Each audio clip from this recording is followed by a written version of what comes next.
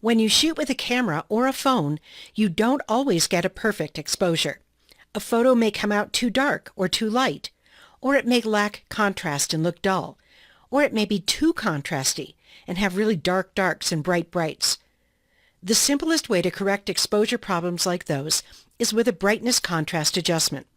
Let's try it out on this image from the practice files for this tutorial, or on a slightly dark, slightly dull photograph of your own. First, take a quick look at the Layers panel and make sure that you have the layer with the photograph selected. When you are working with photographs, often you'll have only one layer. Then, go up to the Image menu at the top of the screen, and from there, go to the Adjustments category. We're going to try the first adjustment, Brightness Contrast. That opens this Brightness Contrast dialog box, which I've moved over to the side so we can see the image. The fastest way to make a change here is to click the Auto button. That would move the brightness and contrast sliders here to where Photoshop thinks they should be. But if you want more control, you can move the sliders yourself. The brightness slider is sometimes all you need. It controls the overall lightness or darkness of an image. For example, if I drag it to the right, notice that the photo is getting brighter.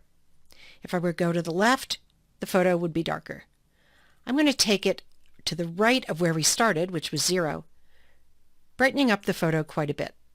By the way, don't feel that you have to use the same values that I'm using, either in this video or anywhere in this tutorial. The right amount is up to you and your taste.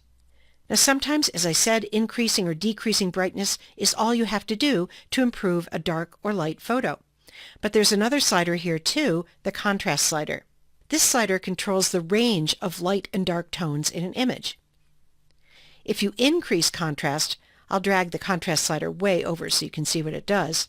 The dark tones in the image get darker and the bright tones get brighter.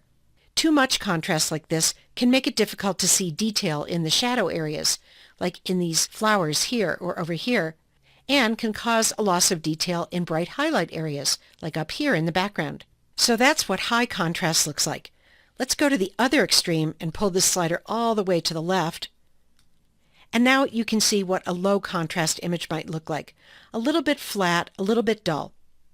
I'm going to put contrast back where I started, at 0, by typing 0 into the value field for the contrast slider. So I think this image could use a little more pop. Therefore, I'm going to drag the contrast slider just slightly to the right, and that will often do the trick. One way to help you evaluate whether your changes have really improved the image is to see a before and after view, and you can do that by clicking the checkbox next to Preview in this dialog. So there's how the image started. And here's how it looks with the increased brightness and contrast that we applied. When you're satisfied, click OK. And that applies your changes directly to the selected layer, in this case to the photograph.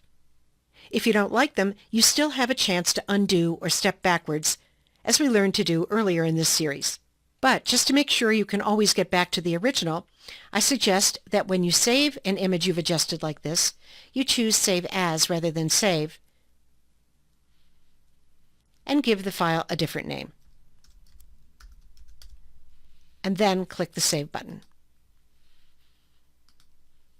Now, a direct brightness contrast adjustment like the one we used is not the only way to correct exposure problems. Later in this tutorial, we'll learn how to apply an adjustment more flexibly as a re-editable adjustment layer.